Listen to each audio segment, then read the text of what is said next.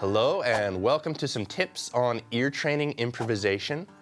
So an ear training improvisation should flow a little more naturally than one that's based on music theory, just because it's more of an instinctive, intuitive thing. So one way that I would go to improvise with ear training is to pick a couple intervals as my sound palette. So maybe my left hand is going to work with the sound of the open perfect fifth, and my right hand is going to just work with the 5-finger scale in C here, and that's going to contain something called a major second. So there's my major second here. It obviously contains that major third,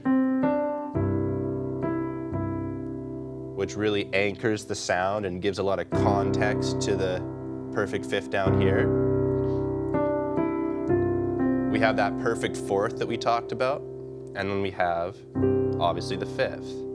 And you can just kind of improvise outside of time because we're not really thinking about, building all this crazy rhythm technique. We're more just thinking about how these notes all sound together. And then if you really want to blow your own mind, you can switch from that major third to the minor third and just listen to the massive shift in the vibe that the music has created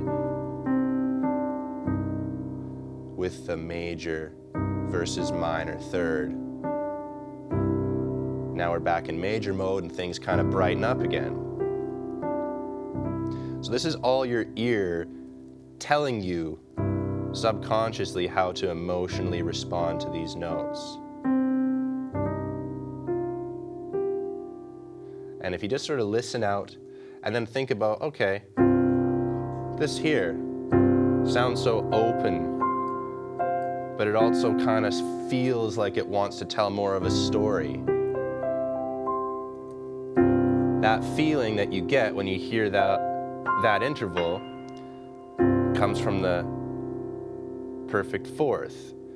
And the feeling that you get when it lands in a happy place means that we land on the major third, as opposed to starting in that suspenseful place, perfect fourth, and landing on the minor third. Totally different emotional response.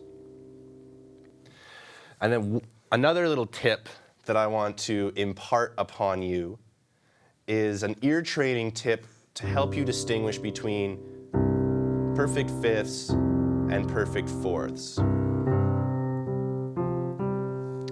And I always found these two intervals to be kind of confusing to listen for and distinguish when I was learning ear training, until I realized that the perfect fifth interval is actually the perfect fourth interval if you just invert it.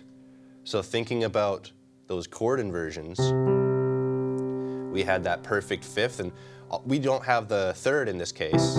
We just have the open fifth, but we can still do the same principle where take these two notes and just flip them. So just like the different versions of your major and minor triads, the different inversions kind of have a similar but slightly different vibe.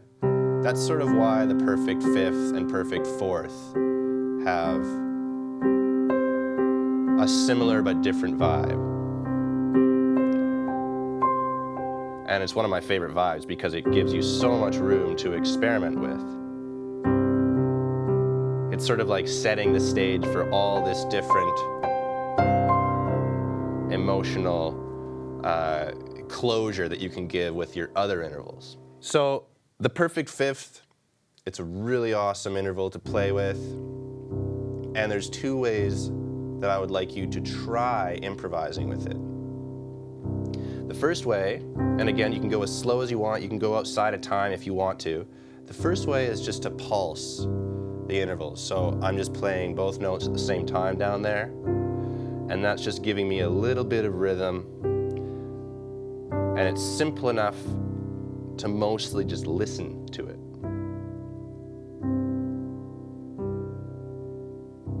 And in my right hand, I'm thinking about the first 5 notes of my C scale.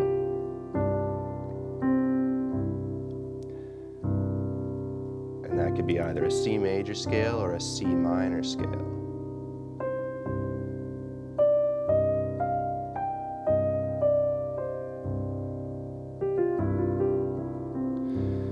So that's what I call the pulse, and it's sort of my first way to establish a bit of rhythm in my improvising. And it makes it for some really contemplative music. The next upgrade from the pulse I call the rock, and that's just taking the 2 notes and playing them separately, and it will just really subtly build some intensity as you're playing.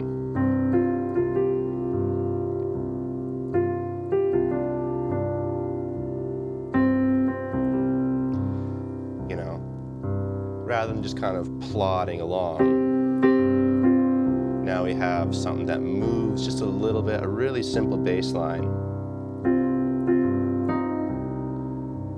And we're just using that as the backdrop to listen to what our right hand is doing.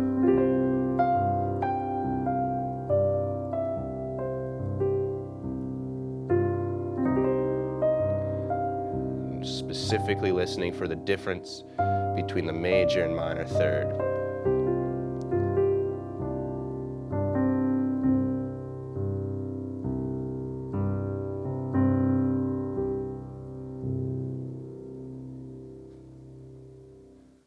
So the goal with this sort of improvisation should be to open your ears up to the impression each of these intervals leaves upon you. And it's always good to, limit what you're listening out for. Don't just say, okay, I got 88, however many interval combinations to work with.